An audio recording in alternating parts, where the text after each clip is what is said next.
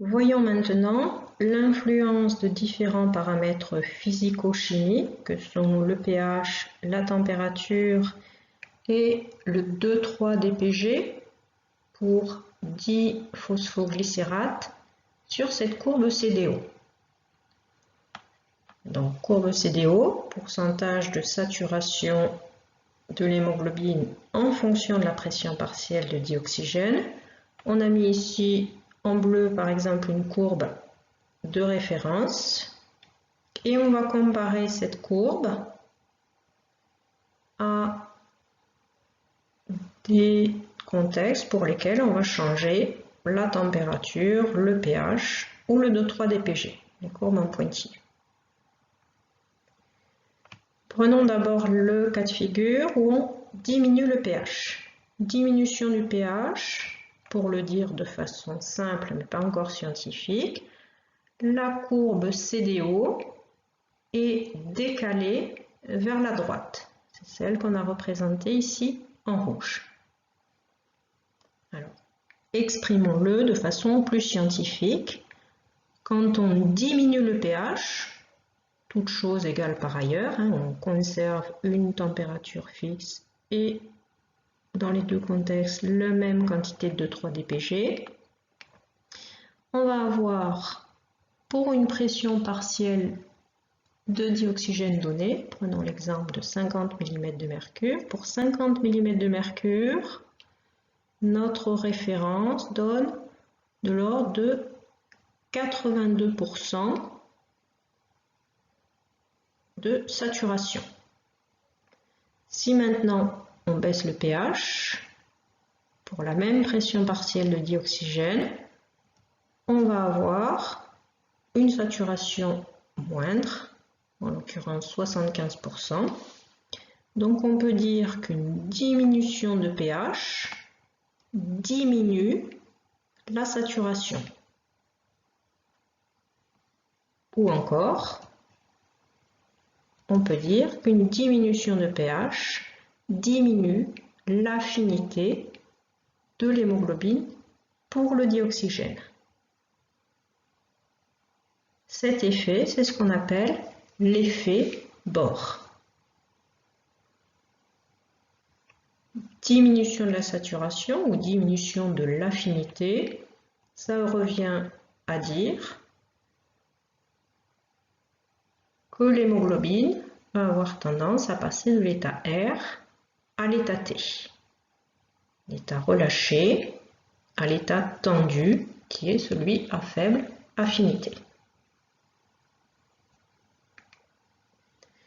On peut visualiser cet effet du pH d'une deuxième manière en introduisant ce que l'on appelle la P50.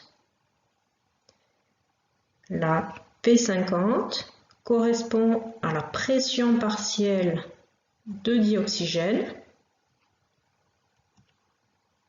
à 50% de saturation. Donc, pour obtenir cette P50, il suffit de regarder à demi-saturation, donc à 50%. On parle de demi-saturation puisqu'on est à moitié de la phase de plateau. Donc, à demi-saturation, on obtient une pression partielle de dioxygène qui est appelée la P50.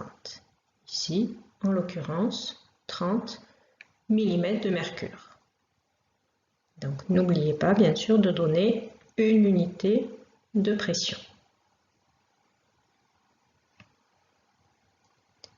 Si on regarde la P50 maintenant dans le cas d'un pH faible, donc la P50 pH faible, on voit qu'elle est augmentée par rapport à notre référence. Elle est de l'ordre ici de 35 mm de mercure. Il existe une relation entre la P50 et l'affinité de l'hémoglobine pour le dioxygène. à savoir que plus la P50 est élevée, plus l'affinité est faible. Et inversement.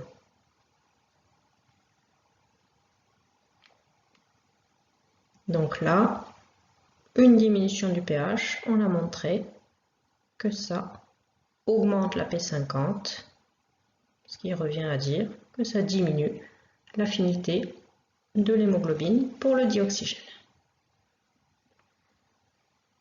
Pourquoi insiste-t-on sur cet effet bord? C'est qu'il va avoir des intérêts biologiques.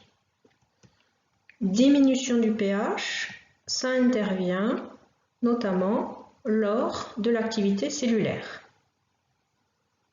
Prenons l'exemple de l'activité d'un muscle squelettique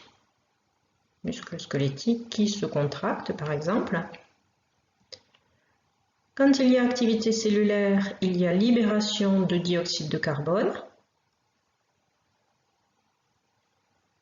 du fait de la respiration cellulaire qui est accrue, qui dégage du dioxyde de carbone, mais aussi éventuellement de la fermentation lactique. En quoi le CO2 libéré induit une diminution de pH? Là, je vous renvoie à une réaction que l'on avait déjà vue lorsqu'on avait parlé du transport du CO2 dans le sang. Le CO2 se combine à l'eau pour donner H2CO3. Cette réaction peut se faire spontanément, mais elle peut être aussi accélérée grâce à la catalyse par l'anhydrase carbonique. Ensuite, H2CO3 se décompose en H+ et HCO3-. Les H+ qui restent dans le sang vont acidifier ce sang, donc diminution du pH. Le pH diminue également parce que l'activité cellulaire peut libérer de l'acide lactique. Ça se fait notamment au niveau des tissus qui font la fermentation lactique, par exemple le muscle squelettique en activité. Et enfin, dernier processus qui peut diminuer le pH sanguin, c'est par exemple la libération d'acides gras qui ont lieu par exemple lorsque les triglycérides, les graisses, sont hydrolysées. Par exemple, les graisses des cellules adipeuses ou encore du muscle cardiaque. Donc finalement, diminution du pH, ça a lieu lorsque le tissu est actif. Et on voit que cette diminution de pH diminue l'affinité de l'hémoglobine pour le dioxygène. C'est-à-dire que quand le pH diminue, suite à l'activité, l'hémoglobine relargue plus facilement son dioxygène. C'est intéressant évidemment pour fournir le dioxygène nécessaire à la respiration cellulaire.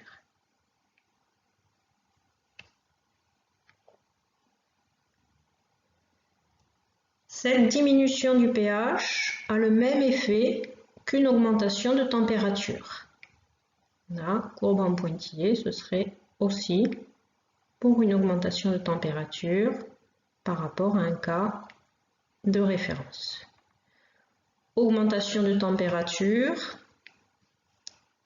ça intervient également lors de l'activité cellulaire quand il y a respiration ou fermentation, quelle qu'elle soit, le tissu chauffe et ça engendre une augmentation du relargage du dioxygène.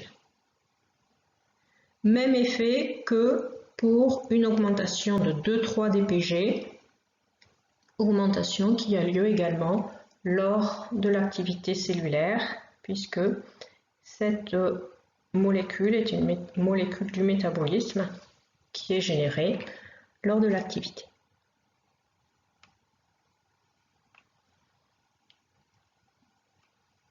Donc 3 facteurs dont les effets se sous-rajoutent pour induire une diminution de l'affinité de l'hémoglobine pour le dioxygène, donc un relargage facilité pour approvisionner le tissu.